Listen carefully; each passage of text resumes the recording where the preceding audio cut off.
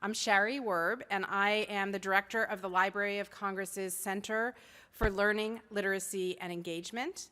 And today on the Curiosity stage, you'll be part of some really intriguing conversations, from one with former United States Poet Laureate Joy Harjo and her co-creator Michaela Goad, to performance from The Great Gatsby by the nonprofit Literature to Life.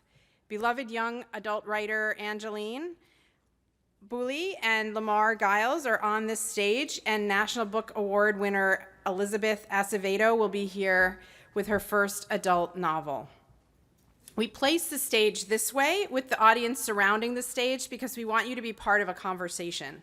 So please feel free to ask questions at today's events.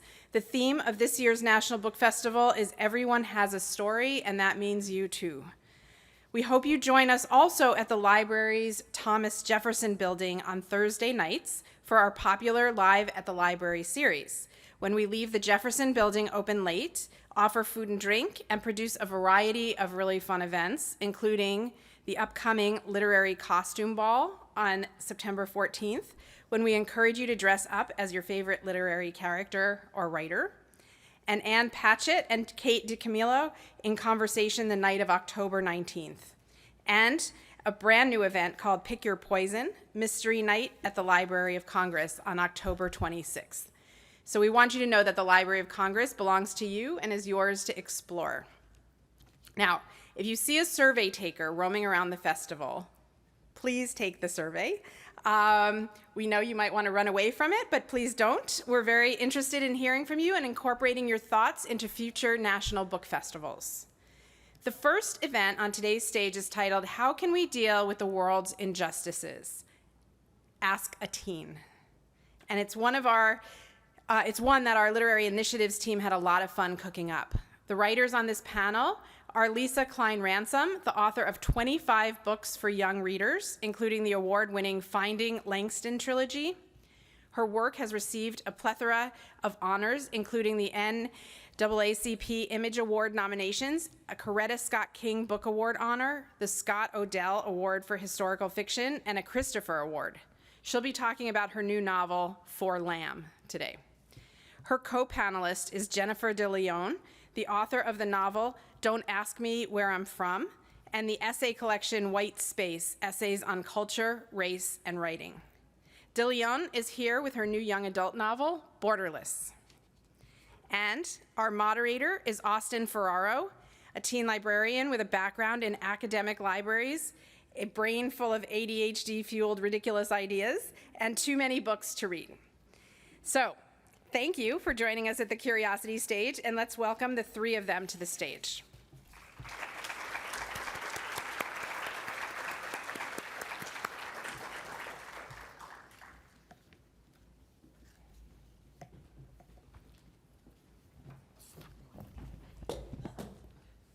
just gonna start that off real strong.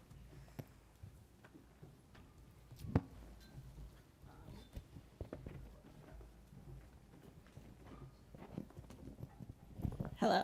Oh, hello. So I'm just going to real quick drop two content warnings.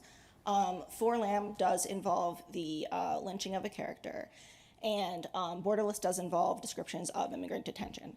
So heads up, our conversation will probably also be going in that kind of direction. So can you both tell us a little bit about your books? Sure, yeah, why not? So, well, thank you so much for the invitation to be here, first of all. This is my first time at the National Book Festival. Both my parents are immigrants from Guatemala, and they moved to this country 53 years ago.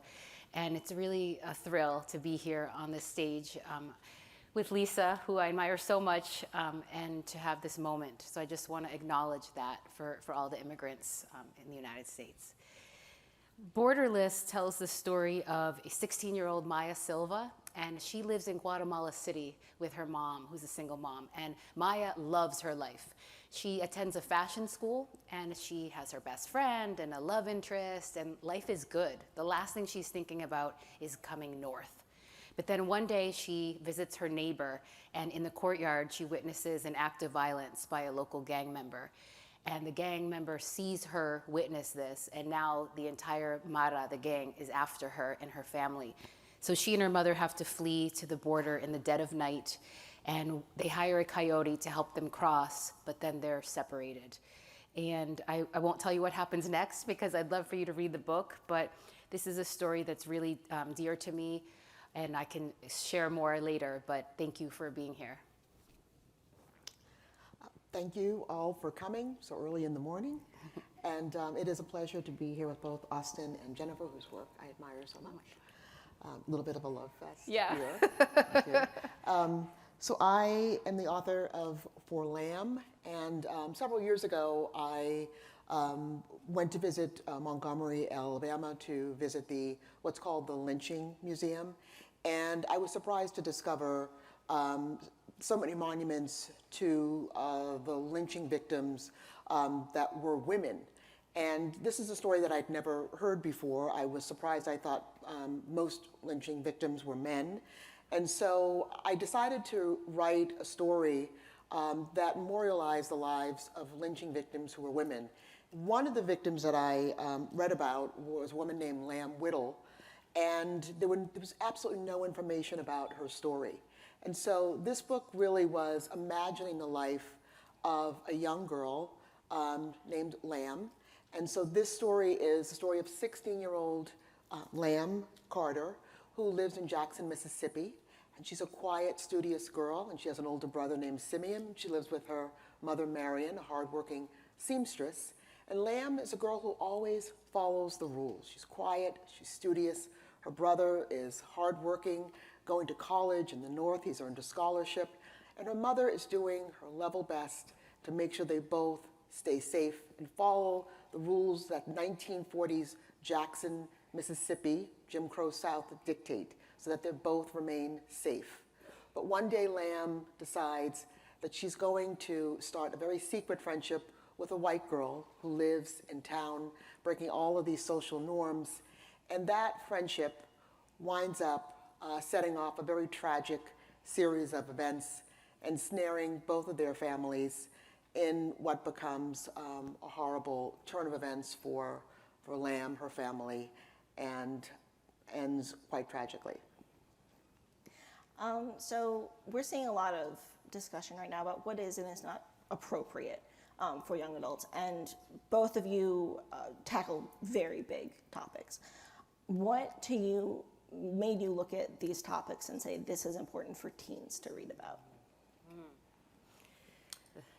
So I'm of the mindset that teens both experience and witness very difficult subjects every day. So I don't believe that we need to do a lot of protecting of teens. I'm a mother of 4, and I know that teens are often looking for answers as a way to deal with many of life's very difficult situations and circumstances. Teen years are a time, I know for myself, I was always trying to figure out the world, and literature and books were a way that I could do that. Help to find answers about myself, how I fit in the world, and the world itself. And so I think that literature is a way to help teens figure out some really difficult questions that they may have. And I think tackling tough topics, which are really the everyday topics that we are faced with. Certainly for me growing up in an all-white community, race was something that played a very large role in my life. And so having books that address race relations, helped me to really try to understand and put things in perspective and context. And so for me, that was very helpful. Yeah, definitely. I love that. I love that question and that response. And I had a similar upbringing where, you know, it was the 80s and 90s. Race was not talked about in the sense of celebrating. It was more like assimilate, and multiculturalism meant blend in as much as you can. And I'm glad that now it's shifting in terms of like like celebrate your diversity, right, and stand out. So I started writing Borderless in 2018 at the height of the zero tolerance policy by the Trump administration. And at the time, I was very pregnant with my second son, and I witnessed other people marching, right, in the streets, at rallies, and I thought, like, I want to get out there. And my husband was like, whoa, you know, because I was like about to give birth. And I thought, what can I do besides like scroll, right, and just kind of watch all of these images on the news? And so I decided to start writing Maya's story. Everything I was watching in the media, it felt like a single story, what Chimamanda Adichie talks about in her famous TED Talk, right, the danger of a single story. And so I wanted to write a counter narrative to what I was witnessing.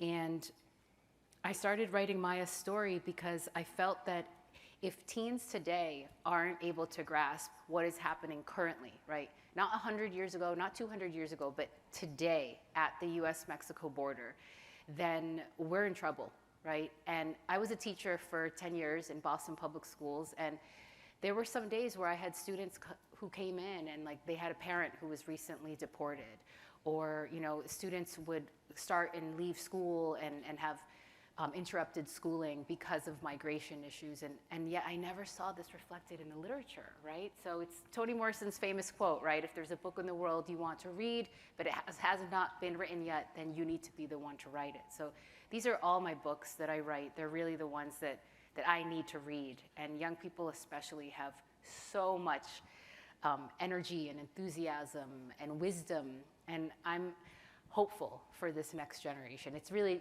thrilling to see so many young people in the audience too, on a Saturday, no less. In the morning. Yes. Yes.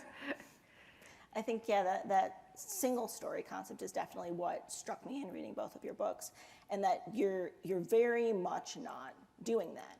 I did my undergrad in Spanish literature. And one of the things that you see a lot in especially US-based narratives is, you know, the plucky kid, you know, goes to Mexico and crosses the border and then lives a new life in the United States where they become your great average citizen. Mm-hmm. And when you're looking at a lot of stories about the Jim Crow South, it's, you know, the black kid befriends the white kid and everything transcends race and they live happily ever after. And that is not what you wrote. No. Could you talk a little bit about subverting those, I don't want to necessarily call them genre tropes, but those expectations that we have of those stories? Mm-hmm. So when I was approaching the relationship between Lamb and Marnie, and you experienced their discussions around race, one of the things that I actually had to pull from were my own discussions on race with many of my white girlfriends, and the ways in which, as you know, I am writing a piece that's historical, but many of the discussions we've had, I feel like often around race, haven't evolved much from the 1940s and 50s, right? The ways in which we see the world sometimes have not evolved. The ways in which we see the way people experience a certain privilege, or be able to walk through the world feeling safe, the ways in which we experience fear of police, the conversations that I've had to have with my own children, and the ways other people haven't had to have those same conversations. And there is a scene in the book where they're talking about something that they read in the newspaper, even the way that both of them experienced one article. It's just really looking at the world through two very different lenses. And so just having to, you know, write those conversations and write about those experiences, you know, sometimes we like to believe that we live in an ideal society where sometimes friendship can transcend race, but race is such it's one of the most difficult things that we as a country have not been able to speak about honestly. And I think what I wanted to show in the book is that this is something that was difficult to discuss in 1940, and it's still difficult to discuss in 2023, honestly. And until we can have really honest conversations, we're never going to be able to transcend race. as a country, and we're never going to be able to move forward. We're still in a place where we are pretending that, you know, racial indignity and injustice doesn't exist. And so, you know, this is something that I really feel is important to address in my writing. Yeah. Thank you. Always learning so much from you. I mean it. I mean it. Oh my gosh. And because, I don't know, I love your work so much. And part of what I love is that you are, like you're saying, defying that single story. Like you're finding a different pathway into the narrative, the larger narrative, you know? And I think that's our work as writers and as readers too, to seek out these different pathways. And so, for me, just like Austin, I was thinking, okay, there are so many stories of, not so many, but enough of several of young people crossing the border, coming into the US and yeah, assimilating and making their way and all of that, right? And the myth, I think, the misunderstanding is that everyone in Central America wants to come to the United States. And I know on a personal level that that's not true. My mother came to the United States seeking the quote unquote American dream, right? She didn't look back. But my father only came to the United States for one reason. He was 18 years old and he wanted to come to Los Angeles to make enough money to buy a motorcycle. And when he was done making that money, he was going to go back to Guatemala and ride into the sunset, you know? And here he is 53 years later, living outside of Boston. My mom won that arm wrestle, right? But he did not want to live in the United States. He only came because he was 18. It was something to do. He could make some money, right? So I think that's the big myth, is that like we see caravans of people fleeing and coming to the country under these horrific conditions. And many of them aren't so much running towards the US, right, as they are leaving a very difficult situation. And if it wasn't the case, then they wouldn't leave. I mean, think about it. Like, would you want to leave your home and your language, your culture, your family, your community, your school? You'd need a very good reason in order to do that. So I wanted to have the bulk of the book actually take place in Guatemala. And I'm excited for more YA that's set in different countries in general. You know, I feel like it's an opportunity. Absolutely. That's what I loved so much about your book too, about the way you described the beauty of the land, of the culture, of the history. I just think it just captured, I mean, it just made me want to move to Guatemala. Yeah, I mean, it's let's just go. So, it's just so beautiful. It just, Oh, yeah. we'll do National Book Festival in Antigua, Guatemala. When you're talking about like assimilating and sort of that sort of thing, one of the things that you both did linguistically in your books is not that. You didn't write in standard American English. You chose to give your characters voices that were more distinct to their culture. Could you talk a little bit about what that process was like, and if you got any pushback when you were publishing about that? Well, no pushback, but one of the things I love is listening to language, and one of the things I love more than anything is the beauty of dialect. Both Jennifer and I discovered last night that we're from Massachusetts, and probably give us another 30 minutes, our Boston accents will come out. And so I love dialect, I love accent, and accents. I love African American vernacular. And so I'm always listening, and I think it's a vernacular that in this country hasn't so much been accepted and celebrated. And someone mentioned Toni Morrison earlier, and I love the way that she elevated and celebrated it, and she is my writing literary hero that I seek to emulate in some ways. And so I too like to elevate and emulate and celebrate the beauty of African American vernacular in writing. It has, it has a distinct structure, and people think that it doesn't, that it's just simply slang, but it has a distinct structure, as all dialects do.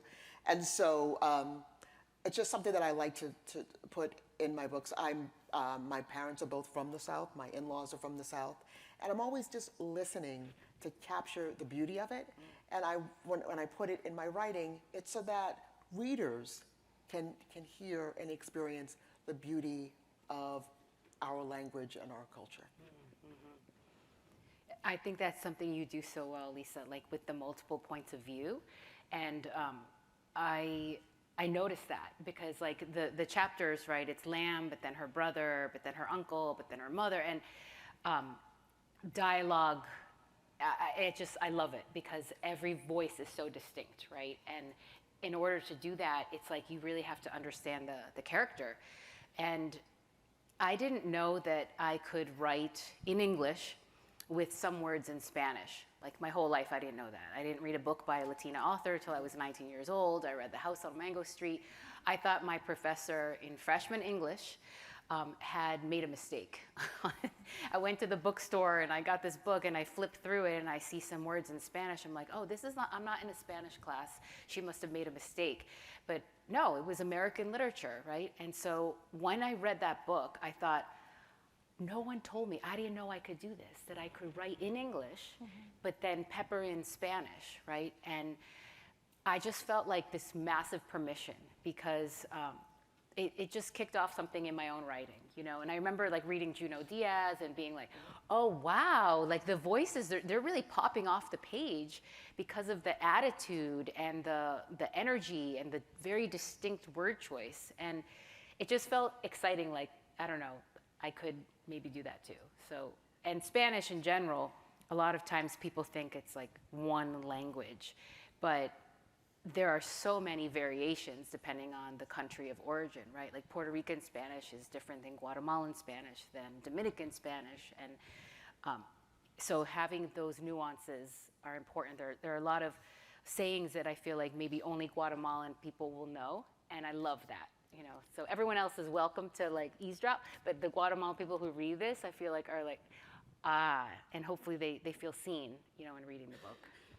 Part of what I really enjoyed about your use of, let's call it dialect, in your books is that I was able to do at least part of them on audio for both of your books.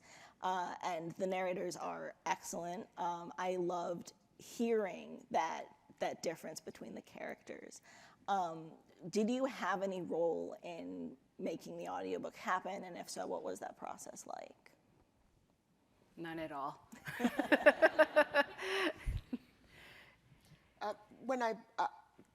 I've been really fortunate to have met one of the audio book narrators, Dion Graham, who voiced the Finding Langston series. He actually voiced, I met him later, much later. He voiced my very first book, Satchel Paige, but I met him much later and asked him to read my book, Finding Langston, which he liked, and he voiced that, and then he voiced the entire trilogy.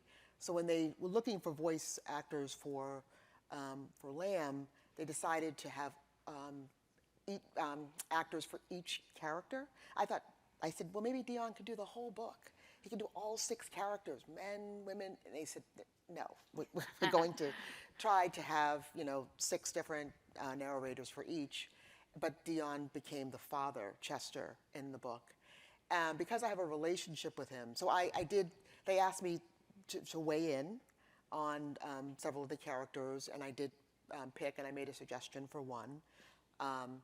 But what I loved about having the relationship with Dion is that he would call and ask questions about the character. And I remember there was one scene in particular where the father was walking down the street, going back to the home after like a crucial scene. I won't do a spoiler, but a crucial scene. And he asked me, when this father is walking down the street, are the neighbors that he's seeing, are they black or are they white? It would dictate for him how he is experiencing the moment. And I can hear his heart when he's reading. I can feel him in that moment. And so I think that it's great to have a relationship with the voice actor, just because they really do understand your intention.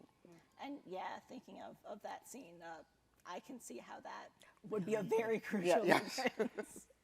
But it's interesting that you talk about the father specifically, because one of the things that, ongoing joke about YA is that all the parents are dead, missing, not Off involved. stage. Yeah. Not involved.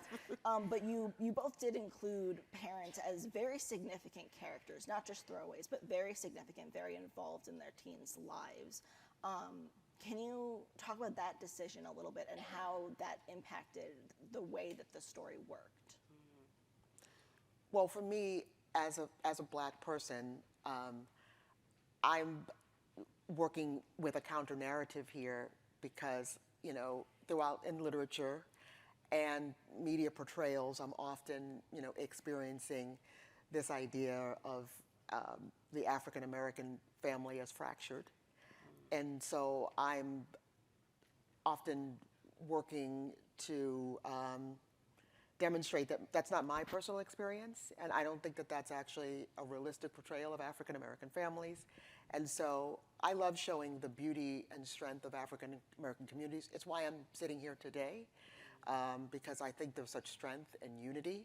And so I really do like to demonstrate, as often as I can. In most of my books, you'll see that there's certain themes about the power of education, the power of community, and the power of family. And so in this book too, while the parents are not physically living together, they both really have strong influences in the lives of their children. Yes, it's just not realistic as a Latina to have not my parents in my business. I guess that's a short, abbreviated answer. Yes, no, there was very little separation growing up. Actually, my journal was a space where I could create that separation. So I often went to the page to kind of be with myself, My parents were super involved in our upbringing, and as were my tias, my tios, my abuela. It was just like we were a unit. And everyone was in everyone else's business, for better or for worse. But I do also like to defy those stereotypes of the fractured family, or that parents aren't interested in their children's education. So my first book, Don't Ask Me Where I'm From, it tells the story of a young girl in Boston who's in the METCO program, which is a desegregation program. So she takes a bus from Boston to a neighboring white suburb to get a quote unquote better education. And her parents signed her up for that program when she was very young. And so she gets off the waiting list, and here she is starting at a new school. It's a whole journey, right? But I wanted to kind of, dispel that myth that parents aren't involved in their kids' education or whatnot. And I think, with young people, I don't know, I think it's from having been a teacher or having been growing up in a predominantly white town, the stereotypes that young people face, it's tough, it's a lot. I would have teachers tap me on the shoulder and say the METCO bus is leaving, and I would say I'm not in METCO, I live in this town, my parents own a house here, and so having to explain that constantly, or answering the question where are you from, what are you, where are you really from? I've had people ask me, what tribe are you in? You're in the international dorm, right? Or where's the financial aid office? It's oh, I have a paper due in Spanish. Can you write it for me, please? And the irony is I probably couldn't write that paper. I could write it in French because I studied French forever, but that's not the picture. That's not the image that when someone looks at me, they might not see oh, she speaks French, right? So I think part of what literature does is open up windows, right, for young people especially. So it's so critical. With my teacher hat on, and my author hat on, and my mom hat on, caps for sale kind of image, right? I just think it's so important that we have these kinds of spaces to talk about books and stories, and both what is documented and what will be documented through our stories, through all of your stories. I know there are writers in the room. It's so great to see some friends.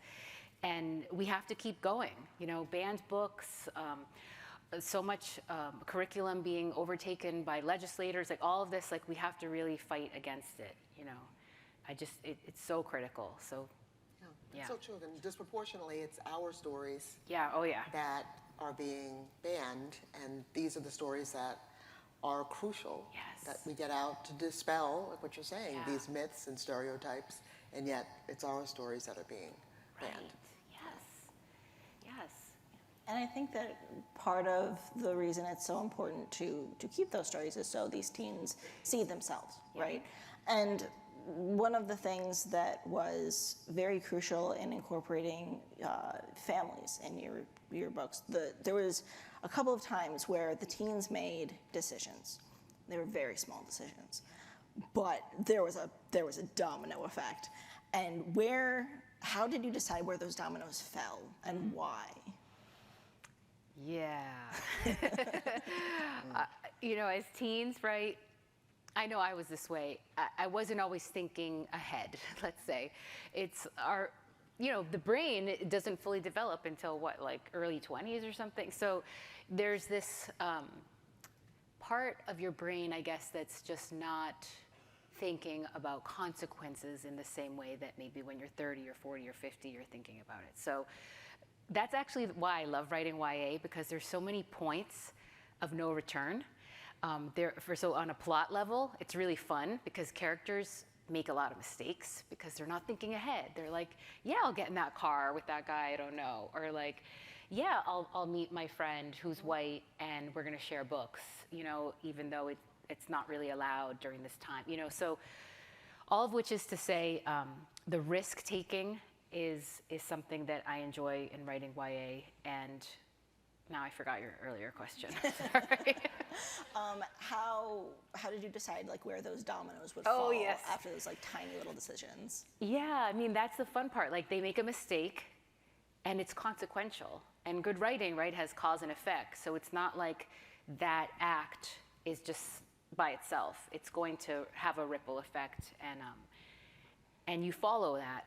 And I don't know about you, but like I start with an image or characters, but then I follow the story. I don't have an outline like in Scrivener or an Excel sheet. And I know some people are like, I know exactly what's going to happen on page 274, and I don't really write that way because the characters guide me, and like depending on what they choose, the good, the bad, and the ugly, like there will be domino effects, and it's kind of fun to follow that too.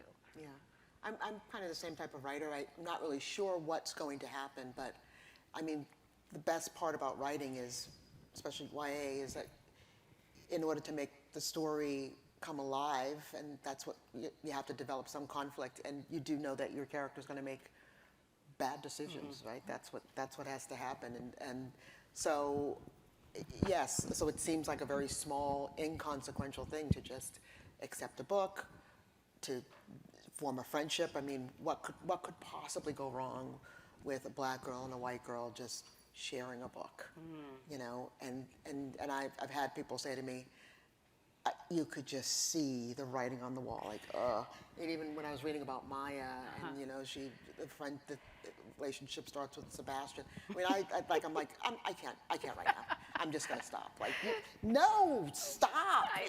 What are you doing? Yeah. And so I think in those moments when you're reading as a reader and you go, no.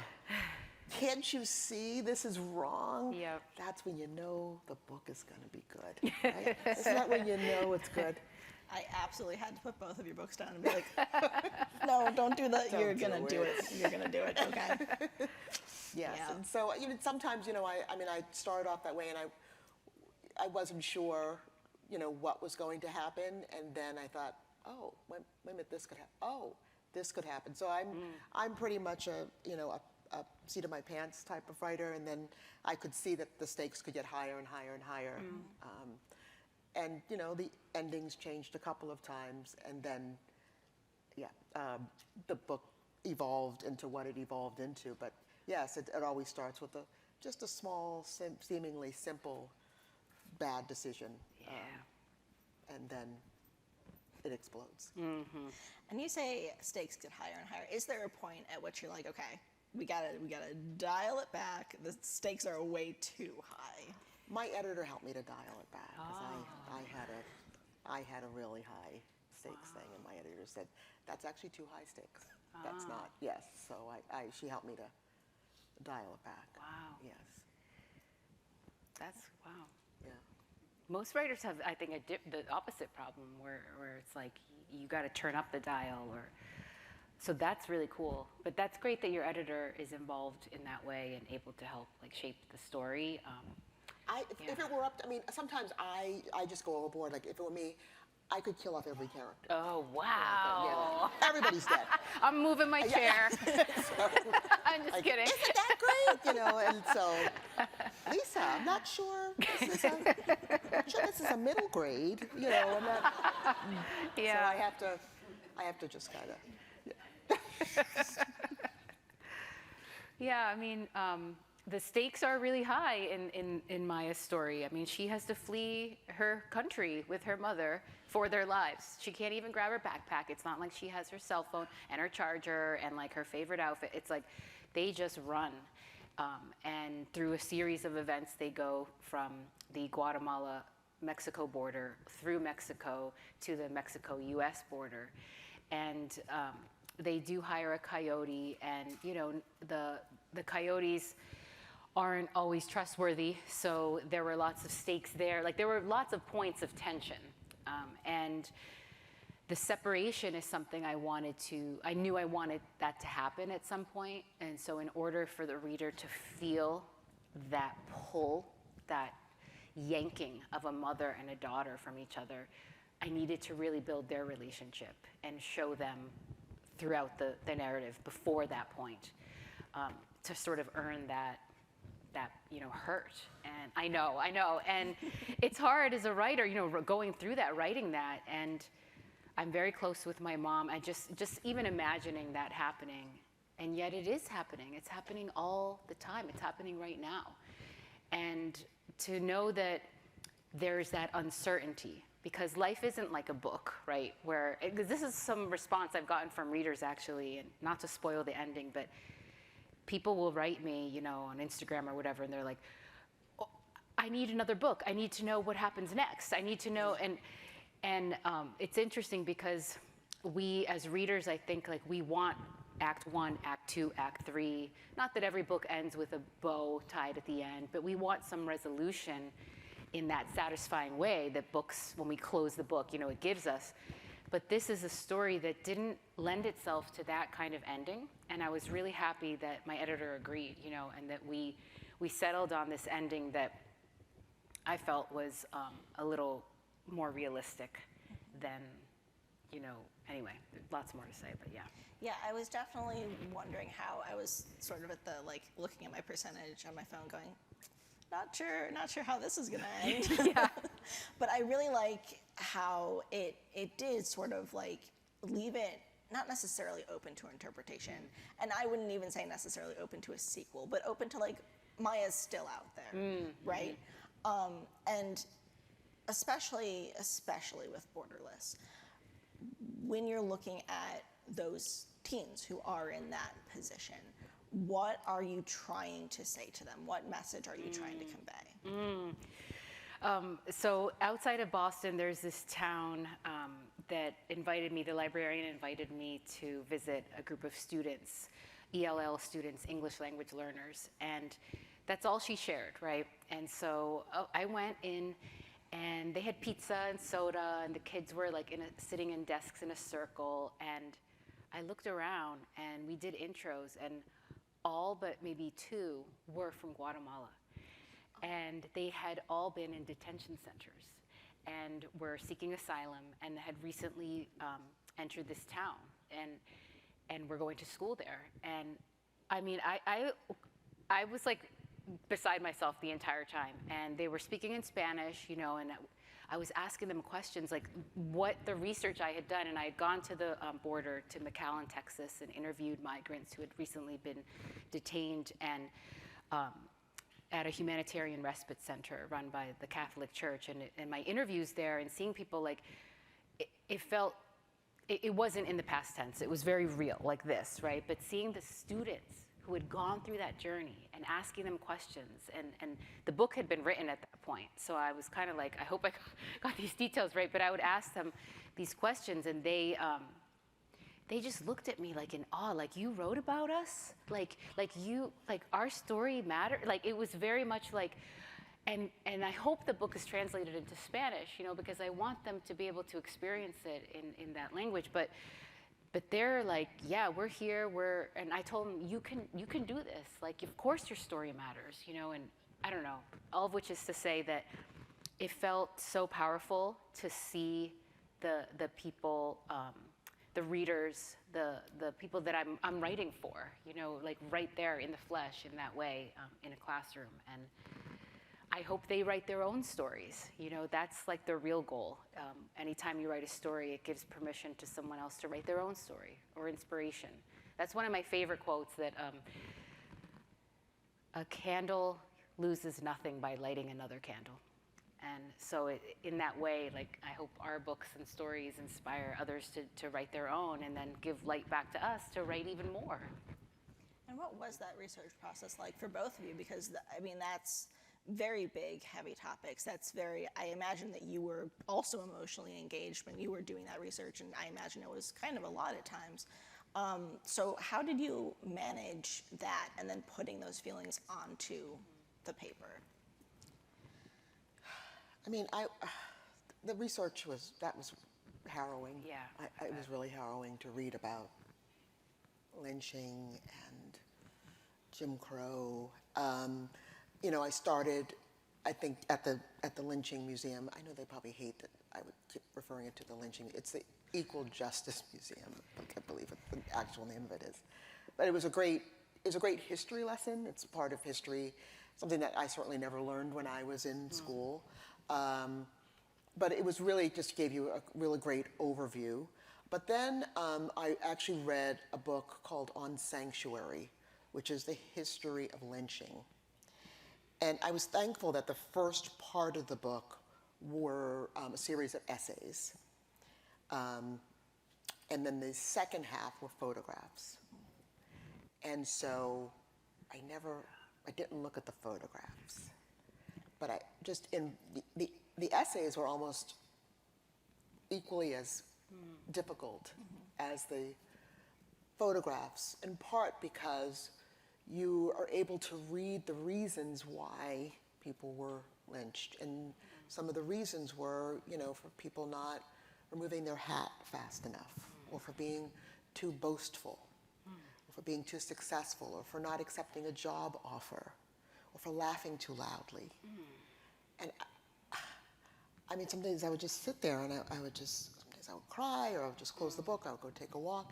And you realize there's a lot of self-care that you have to practice, I think, when you're reading or writing about too much trauma. And so I was aware of that for myself, and I thought, you're writing for a young audience, and so I want to be careful about putting too much trauma, too much time, you know, too much in one place. And so, but what I also was aware of is, in reading this about the trauma, is the ways in which people and community came together to fight back. And I wanted to be sure to put that on the page as well. The amount of sacrifice and strength, and the ways in which people managed to preserve their dignity and humanity throughout this pain. And I wanted to be sure that came through just as clearly. And so that was equally important for me too. And so even in the anger and pain and sadness, there is strength and sacrifice and community also in the page and in the book. Yeah, I imagine that was so difficult.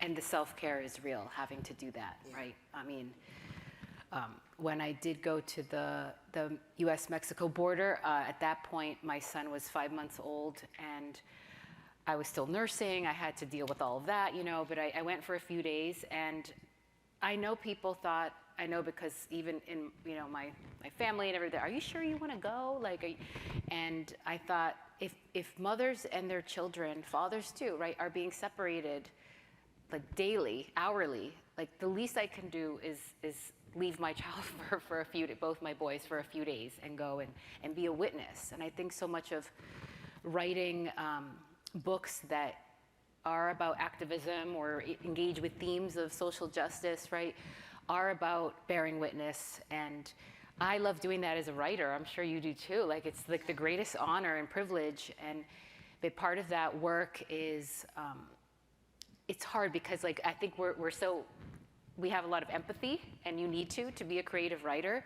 But then it's almost like the radio frequency is like too much, too high when you're doing that research and when you're in that physical space, like interviewing migrants, and you're seeing children, and you're just like, I can't compute, like, this is real, this is happening. But then you have to sort of shift gears, and it's like in a car, I imagine, I don't know much about cars, but like if there's, or planes, what are the ones that have two engines? Cars, planes, okay, anyway. It's like I need to switch the engine, right? And instead of using my like gen engine, I switch to like, okay, I'm a writer and I'm doing research and I'm going to gather and I'm going to figure out which details go in the ultimate product, right? It's like the iceberg effect. Like, you can't put everything, because that's my thing. I'm like, and this, and this, and this. And my editor is like, we know you've done the research, but you need to peel back because people aren't going to, bless you, respond to, it's better if you choose fewer details and really let them like stand out than if you're like laundry list of all the injustices. People are gonna kind of zone out and be like, well, okay, or put the book down or whatnot. So I think that it's important though to bear witness in this way. So before we open it up to audience questions, just if there's one thing that we take away from this discussion, what do you want it to be? If there's one thing about your book, about this discussion, what do you want us to take away? Big question. Surprise. Yeah. I mean, I would say that I hope that you read the book and you talk about it and pass it to someone else. But ultimately understand that it is one story, right? It's not representing all migrants, all Central American young people, all teens from Guatemala. But so it's kind of both, right? It's like, read this and understand, like, open yourself to the injustices that are happening here, but also the dignity and the hope. But then know that it's one of many stories. Because that's always the conundrum, I think, as an author of color. It's kind of like sometimes that comes up, like this is like I'm representing, like, and that was a pressure that I put on myself certainly when writing. Like, I have to get all of this in here, and it has to be 100% right. And it's like, no, maybe this is one of 10 books that I write on this topic. Like, it doesn't have to be like the one, and so I would say that, just a couple small things there. I guess for me, that this learning from history, the stories from history are an incredible parallel to the stories from today. And that connection, I think, for young readers is really important, that we somehow see history as a period really in the far distant past. But if we don't make corrections, these stories will continue to happen. And so often when I'm writing stories from history, my favorite genre is dystopian literature. And so, like if you look at reading Handmaid's Tale and you think, oh my God, can you believe that this could happen, Handmaid's Tale? Guess what? If you don't make course corrections from what happened in the past, you will wind up with living in dystopia, in what we believe can never happen in the future. So I like for young readers to look at the past, remember and see what is happening now, be active, be involved, so that you don't wind up with this crazy dystopia in the future. Thank you. All right, so we have about 10 minutes for questions. If anyone has them, we have a mic there and a mic there, and you are welcome to come up to the mics and ask.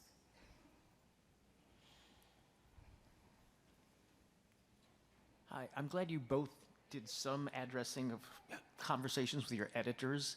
And have you, or do you anticipate any of your books being banned? And was this part of discussion with editors? And finally, if you had the opportunity to address Moms for Freedom, what would you say? would.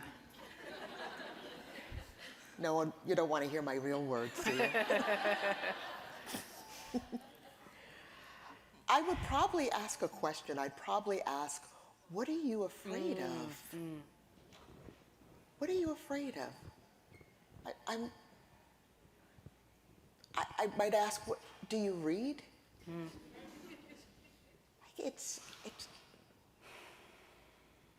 I mean, I just can't imagine that readers would be involved in a movement like that. And so I really don't have conversations with my editor about book banning.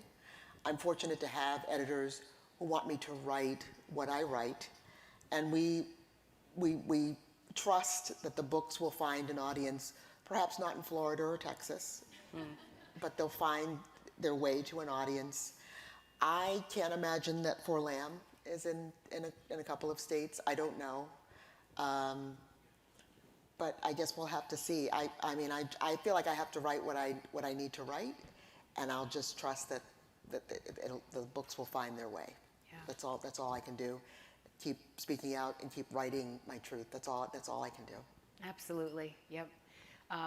My book has been banned in Florida, in a district in Florida, and We Need Diverse Books reached out to me, and the way that they relayed that information was so thoughtful. You know, I felt like already held by a community, and the response to it was great in that they were able to overturn that, you know, from the community. And We Need Diverse Books is incredible in that they are sponsoring virtual classroom visits for authors of banned books. And so they're responding with that, like, oh, okay, well, we're gonna just be louder now.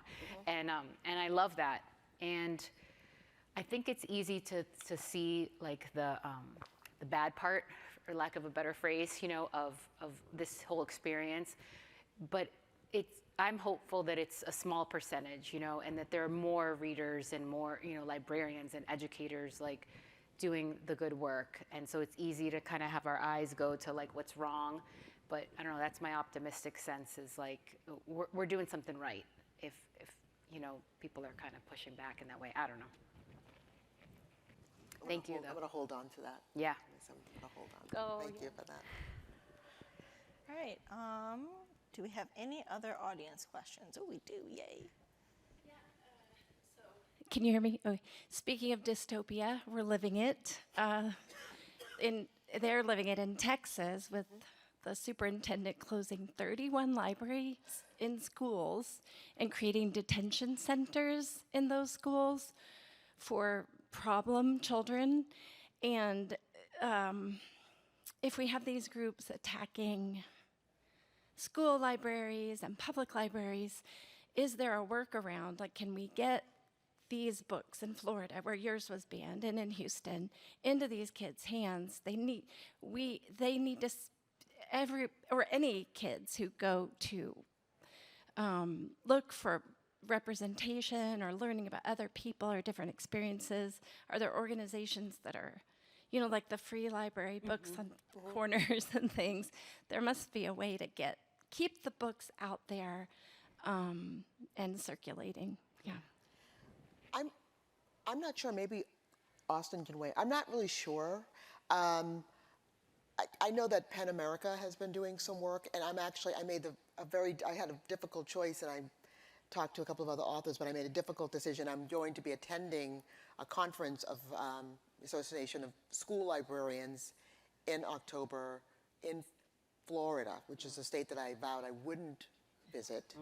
But I am interested in hearing about the work that is being done. You know, another author convinced me she said, these are the people who are really on the front lines. They do need support, and we do need to, you know, be there, offer support, and also find out what is happening, what we can do to better support them. So I actually now am more interested in attending the conference to find out the work that is being done and how we as authors can help to support them. So we'll see what happens. Yeah, just as a librarian to throw that out there. I will say that Twitter is a place where teens have been very active in getting books into the hands of other teens. Whenever there's a big book ban that hits the headlines, there is always a group of teens that say, okay, well, if you send these books to this address through Amazon or whatever, we will distribute them to other teens. So if you're really looking for direct teen activism to support, as much as I hate saying this, I would check out Twitter and keep an eye on book Twitter. Sorry. X. Yeah. Yeah. I'm sorry that I came in late, and I don't know your name. Jennifer DeLeon, yeah. Thank you. I happen to be a director of one of the METCO programs in Marblehead. Oh my gosh. Many years ago. And so, obviously I was thrilled to hear it. So my perspective is slightly different because we were busing inner city African American children out to Marblehead. And, I was in direct confrontation with the racism that was involved. So your story is important to me because you don't think about the other side of the equation of other minorities that were confronted with racism based on their assumptions that everybody was in a program, a busing program. So you kind of helped me reconcile it. I just wondered in your presentation of the material again, because what I experienced was traumatic in many ways because the racism was overt. It was clean and sanitary, but yet and still it was there. And so I was privileged to work with these children, but I just wondered your reconciliation around being victimized by the assumption and then those people who were in the trenches. Right. Well, it's a big question, and thank you for being here and asking that. I mean, I write about that a lot in my personal essays. It's called White Space, Essays on Culture, Race, and Writing, and it's about the white spaces I've been in physically, but also the white space of the page. And again, the page is a place where I've gone to reconcile and do that work. I certainly have a lot of material from growing up in a predominantly white town as a Latina, and so I think that will always be something I write about. But again, books and literature are a great space to do that, and I'm happy to talk more afterwards. I think we have time for about one more question. Quick comment. By attempting to ban a book, the book becomes more powerful, not less. In other words, for every one person who is dissuaded or prevented from reading it, there are 10 or 100 who wind up picking it up as a result. So that doesn't work, and it will never work. Thank you. All right. Yeah, go ahead. Both of your stories, I'm just thinking about the ways in which teens who are reading about elsewhere or reading about the past might make connections to now. I am on the education committee of the Montgomery County Lynching Memorial Project that's working in Montgomery County to reconcile and remember the 3 lynchings that we had in Montgomery County. And I've been to McAllen, Texas, to the Catholic Charity Center. What struck me was seeing people there, when they wrote down their destination, say Silver Spring, Maryland. And so sometimes we think what is far away is actually quite local, and what is in the past is actually now. And when you were writing your books, did you think about what teens might want to do next after they read your books? I am always thinking about what they would like to do next. I do hope that it inspires a recognition, an empowerment, and the need to get out there, be a voice. I'm sorry, time is up, but just to get out there and be a voice. I'd love to speak to you more afterward. Yeah, I think that's a great place to end Yes, on. Use your voice, yes. right? Thank you for that. Thank you all so much. Thank you, Austin. Yes, Wonderful. thank you, all. Austin.